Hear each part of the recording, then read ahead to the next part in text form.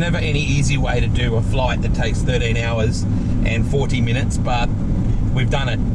Grabbed the bags. Now we're heading to see the great Jimmy Oskie. It was Shane Carson who said to me, "You've got to speak to Oskie when you go to California." I'm really excited about it. Shane assures me that there's far more to Jimmy than just being a sprint car driver, that that he's into all sorts of different cool things and has a really different attitude towards a whole bunch of stuff. Just having my first NOS of the trip. I've gone the sour mash, which is very nice. I like that. Sonic Sour. So excited. Going to catch up with Jimmy. After that, we're going to speak with a young Victorian that's going to make his Knoxville Nationals debut. Wait to see how fast Rusty Hickman is. He's got no fear. They've got a great team, and I can't wait to tell you more about that. Let's catch up with Jimmy Oskie. Well, I'm very excited. You are the first guest on the road to Knoxville. Jimmy Oskie, it's wonderful to meet you. Well, it's an honor to be the first one. I'm glad. I think I can kick things off in a positive way, so it'll go for the whole trip like that. You, when we talked on the phone, Jimmy, you were a little bit surprised that you had fans in Australia, given that you'd never raced there. Yes, I know they read the papers and keep up with social media and stuff, and yeah, it's surprising that because I haven't raced in so long. I thought, well, that was then and this is now. So, but yeah, I keep telling Shane let's get over there and do some past driver deals and autograph sessions and stuff. I'd love to go over there because I raced in South Africa for twice and had a good time. I always like meeting people of different cultures and learning from it and telling what I know, hopefully making their lives better. We're going to talk a lot about that very soon. Your racing career, your first interest in racing came, like a lot of people, going to the races with your dad. Yeah, he sponsored cars and owned them, and so he always took me to the races. So those guys were all my heroes, and so I kind of followed it. I saw the excitement they were going through and kind of felt it for myself, a lot of it, and then so many years later, all of a sudden I felt it as a driver, what I was observing for all those years, and not only that, but I learned a lot about life. I never thought I would learn about appreciation, patience, and self-discipline, and hope, and how to be more of a giving person. Would you use the word balance then? Life balance? Yes, balance between food and sleep. Yes. Jimmy, like a lot of people perhaps in your era, you were interrupted by, your racing career was interrupted by something. Yeah, military service. I went for 2 years. That's when I was driving, before I ever won anything, I was driving just kind of mediocre car, so I wasn't winning, and my mom was always nervous, and she said, well, when you're gone for 2 years, we'll have a state-of-the-art car built for you. When you get out, you'll have the best car, and then if you still don't win, we'll know you're no good, and then you can quit.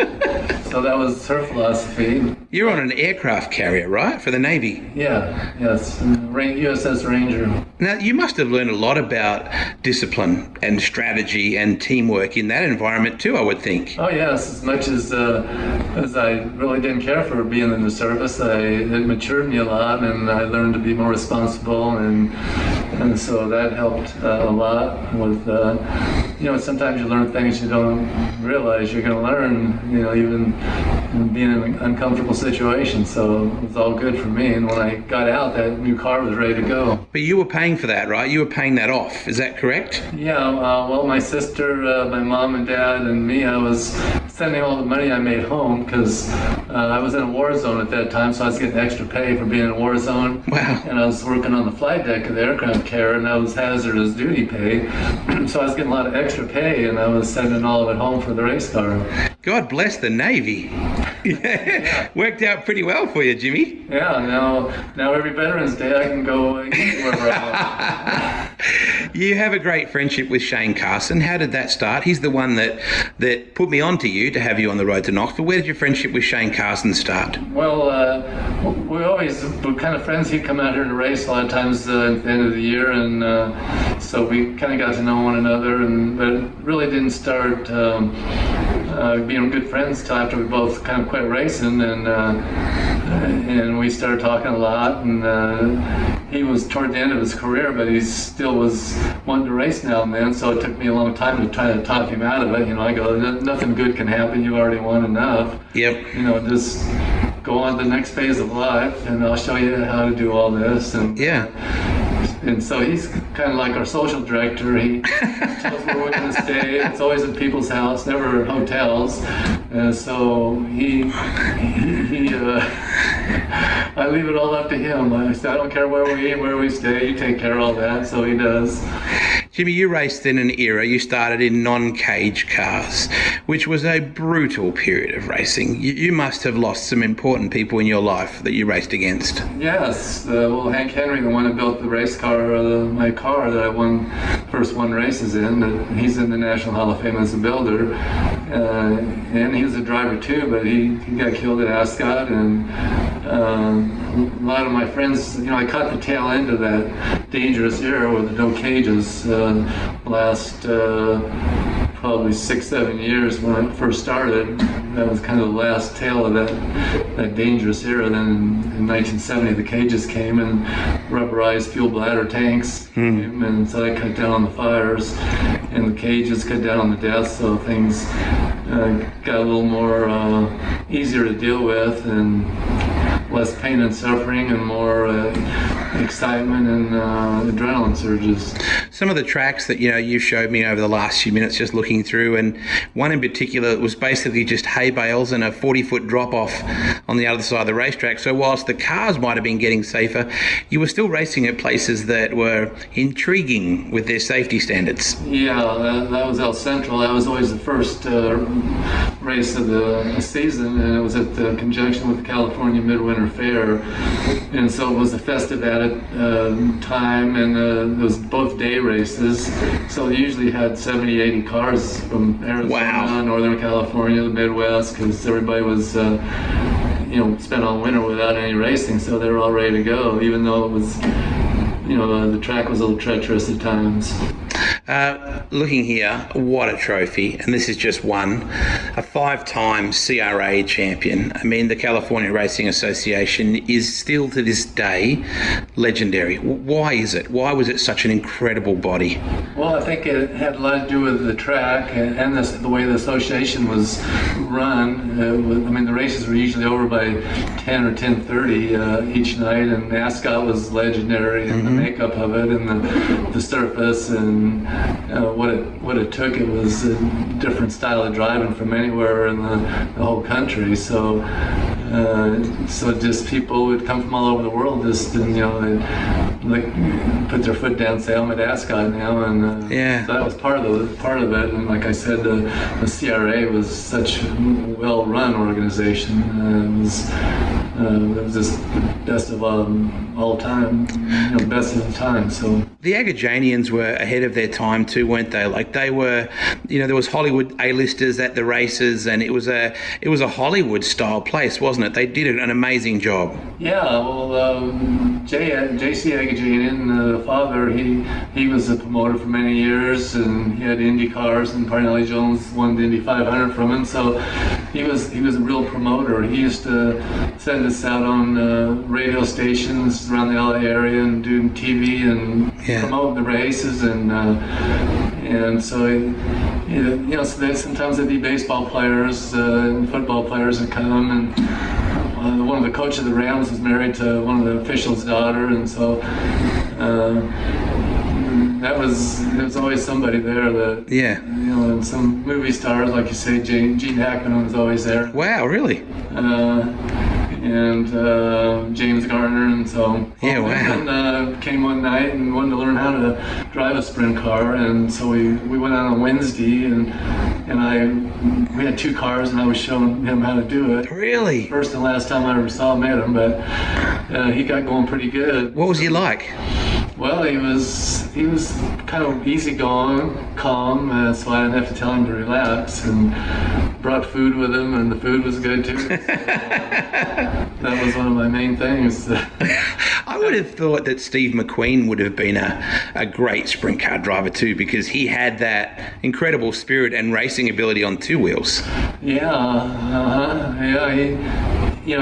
wasn't around too long, so no. I never got to meet him, but it was a great time in my life. I learned a lot. Like I said, I mean, the best thing for me, people come up to me now and say, I used to watch you guys race when I was 12 years old. It's one of the best times of my life, and you guys made my life better, so that gives me inner satisfaction and like making the world a better place. So that's one of my main objectives, and that's why I still go to the races in Paris and help the rookies and stuff. I just want to see everybody stay safe and give back to racing as much as I can.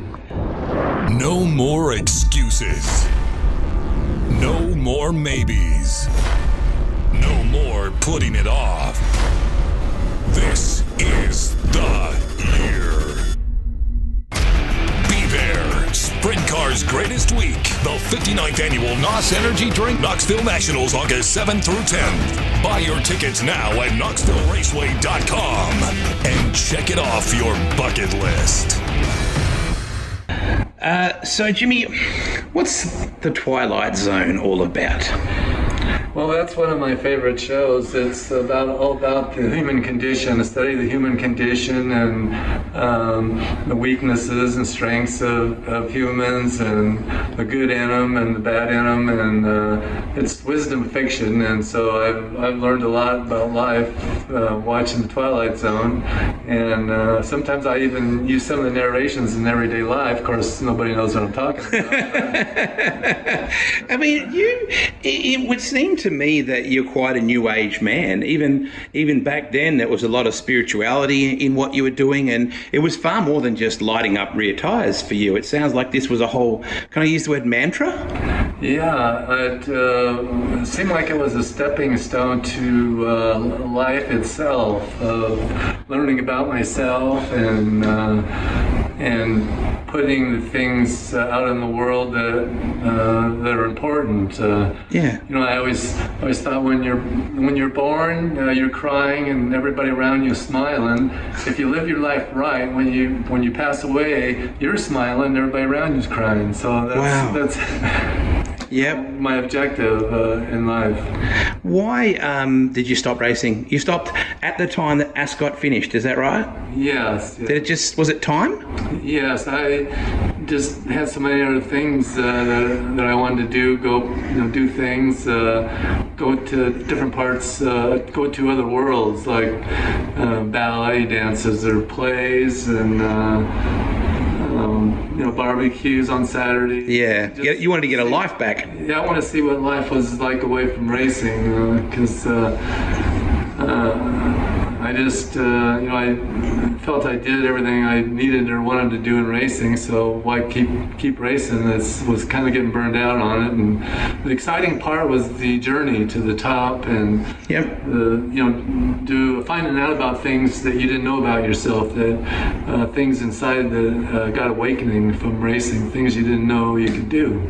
So I took that into dance, and I would have never been a dancer if it wasn't for racing, because I would have never thought I could be a dancer. So, everybody's presented with a series of great opportunities, brilliantly disguised as impossible situations. And so, can you say that again? I like that. What did you say? I said everybody is presented with a series of great opportunities, brilliantly disguised as impossible situations. I like that. Is that yours? I saw it somewhere. It resonated with me. That's amazing. So your dancing is a big part of your life. We've been out to catch you dancing with one of your students because, in a reasonable way of putting it, you teach dance these days. Yeah, I help them, and I dance with the good dancers. I dance with the beginners, and I try to dance with everybody. And it just makes me feel good to give back to something that I love. Is there any similarities between dancing, in terms of footwork and racing? Oh yeah, well, to start with, in country two-step, they go around the same direction as us. And then the girls all handle different. Some turn hard, some turn easy, just like race cars, and they all have different characteristics. They slide through the turns different, and they all handle different, so...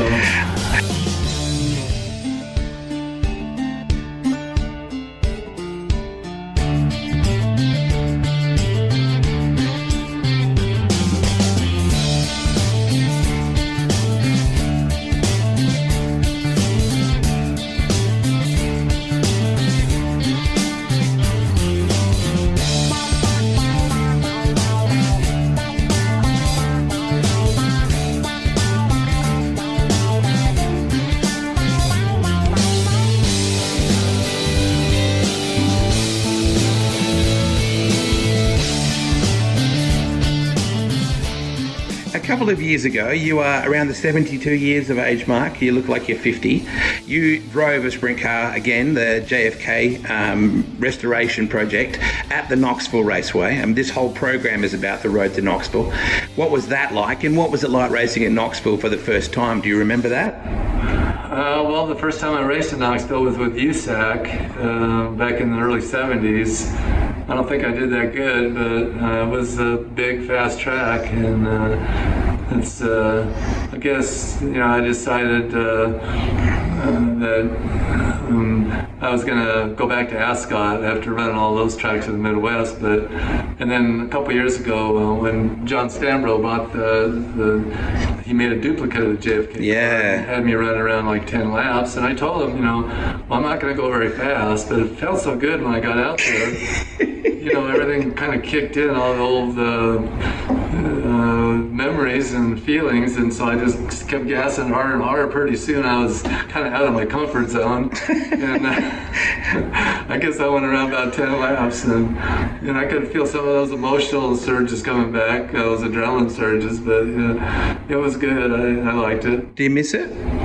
Well, I missed certain aspects of it, the excitement and the adrenaline surges, but for the most part, I'm glad I did it, and happy I don't have to do it anymore. Your mentor, Shane Carson, mentioned one of your mentors in particular. Bob Hogle? Mm-hmm. Yeah, he was a pretty much off the wall character, but I think he was the best driver I ever saw when he wanted to be. He could just win. Well, he always said when he got in an argument with his girlfriend, he always won. But we were at El Central, that 2-day race on a track that's hard to pass. So he started in the front the first day and won. And then that night at the restaurant, everybody's laughing, saying, "Oh, anybody can win from the front." So he went to bed early that night, got up the next day for the race, started dead last on a hard, dusty, holey track that nobody could pass on, and went by everybody on the outside and won again. So when he wanted to, he could pull anything off.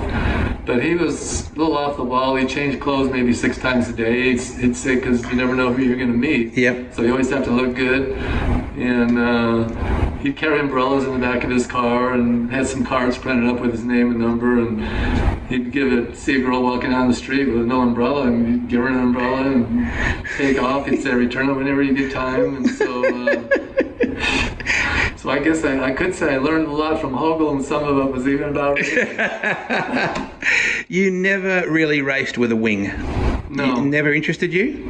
No, because out here we didn't run wings, so and I didn't travel that much through the Midwest. And when I did, it was with USAC or somewhere. Just didn't see the challenge in that? You preferred to run without it? Yeah, I preferred without. I liked the feeling of sliding sideways. Yeah. Yeah, absolutely. California, Arizona, Midwest, East Coast. Who was the toughest? Well, I know that's a hard question. California, everybody usually has a job during the week and races on the weekend, so I mean they're tougher than they used to be, and there's some good young drivers that are back there that are winning a lot. But the national USAC is pretty tough. Yeah. The Pennsylvania guys are pretty tough. I don't know that much about, the wing outlaws and stuff, except what Shane tells me. But what about in your day? Who was the superpower? Shane usually gives me too much information. Yeah, okay, I know. Was California the toughest state, or was Arizona, or was it the Midwest, or it was in your day? The Midwest. They race 3-4 times a week, and they go all at different tracks. So anybody that ever went from California to the Midwest and they come back was always faster and better from the experience back there with them.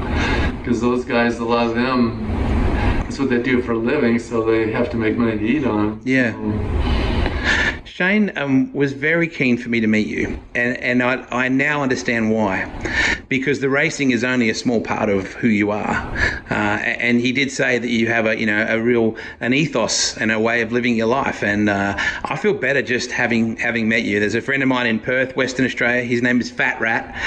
He's a legendary photographer and race fan, and he thinks you are the greatest non-wing sprint driver that God ever pumped wind into, and that's in a little tiny city in Perth, Western Australia. So your footprint, your tyre print is universal, Jimmy. Wow. I hope you feel proud that. Yeah, I appreciate that. I feel honored. It's a long time ago now, but I hope you understand that people revere and love you and respect you as much as they ever did. I get a profound sense of that. You can tell that guy that I'm honored that he thinks that. Well, you were pretty 5 times. That's a fairly handy deal around the SCRA. Was there anything you didn't win that you wanted to? Yeah.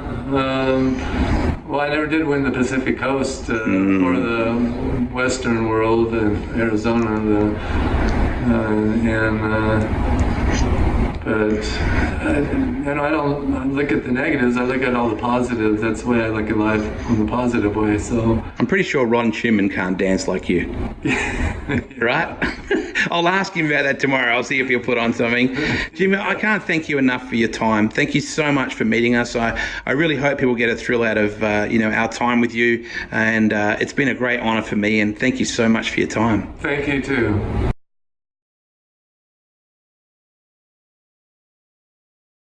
Summer in Sydney, Australia will be sweet this Christmas. Get out of the cold, America, and come down under to the 2020 Ultimate Sydney Speed Week and Ultimate Speedway Nationals at Valvoline Raceway, Parramatta. Watch the Big Cat Brad Sweet and Texan Aaron Reitzel, plus several other USA stars take on the Aussies. From December 26 until January 18, we've got more sprint cars, midgets and late models than you can shake a shrimp at. Can't get there? Get online and watch it live or on demand on clayperview.com. How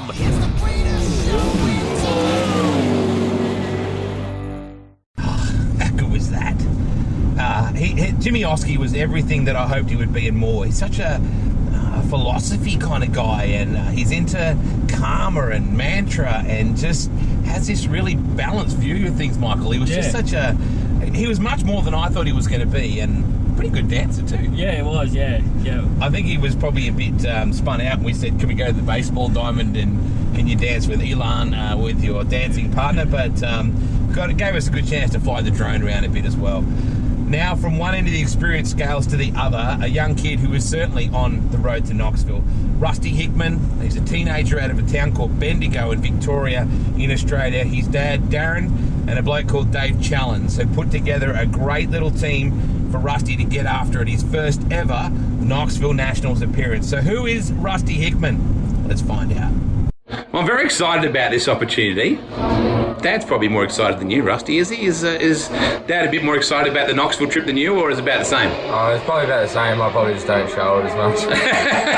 Darren, this is a bit of a lifetime opportunity for you. Your boy is going to race at the Knoxville Nationals. That's incredible. Oh, exactly, Wade. It's a huge opportunity, and it's come together with so many people behind the scenes. Janet Holbrook in the USA, Dave Challons, the guys, Jack and Bonnie from J&J. There's so many people that have helped us, but Dave Challons is the one that's really making it happen for us, so much appreciated to him. Opportunity, see how we go, enjoy the whole experience really. So it's kind of a dream of Dave's to field an Aussie car under the V45 number, wasn't it? Yeah, I think so, yeah, definitely. Has it been a dream of yours? Have you ever thought about it? Not really, tell you the truth. I've been there a couple of times, but as a dad with 3 young kids and a business to run, you think, oh, yeah, it's got plenty of other things on my mind, actually. But as you get older, you do sort of think, well, how cool would this be? So, look, I'm not going to sort of lie to say that when he's going down the front straight for the first time, I'll probably have a little bit of a chubby. There we go. Rusty, this has all come about pretty quickly, hasn't it? Yeah, no, it definitely has. I mean, Dad and Dave, they've been speaking about it since November last year, with sort of not really telling me much about it. Got to about middle of World Series and they said, oh, you know, do you want to run? And I was like, well... Do you want to run Knoxville? Do I want to run Knoxville? Oh, I'll think about it. Nah, yeah, so... Oh, God, I said that word again. Yeah, so... Now, you've been over to the States and set everything up. Basically went over to J&J pretty well.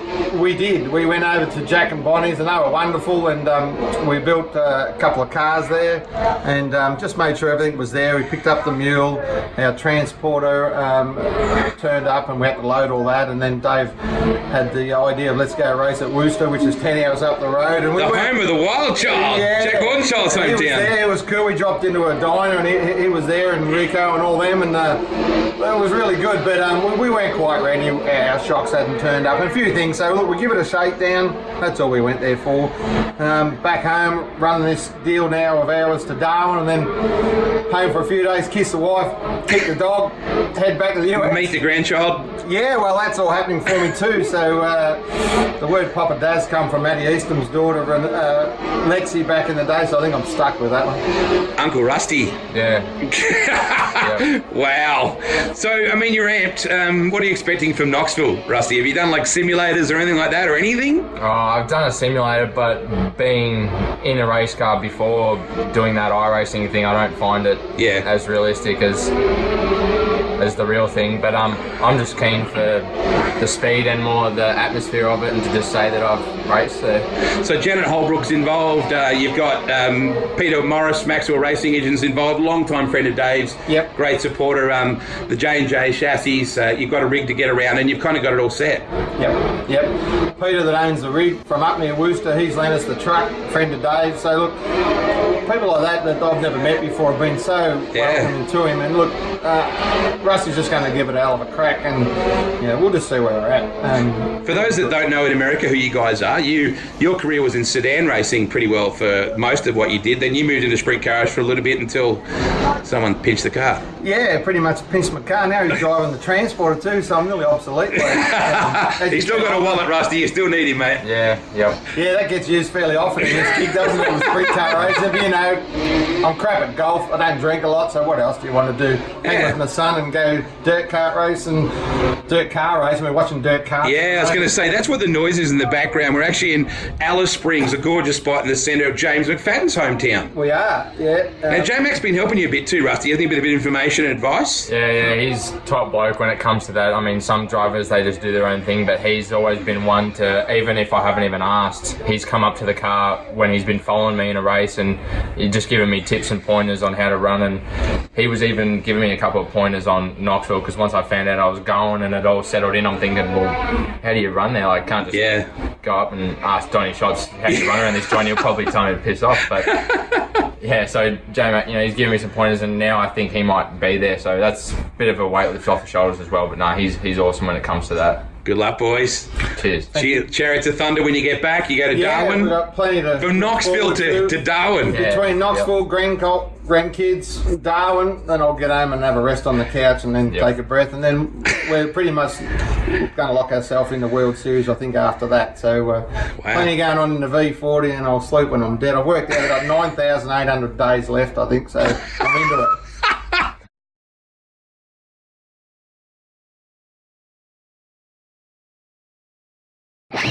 Perfection always gets the attention. The ultimate design.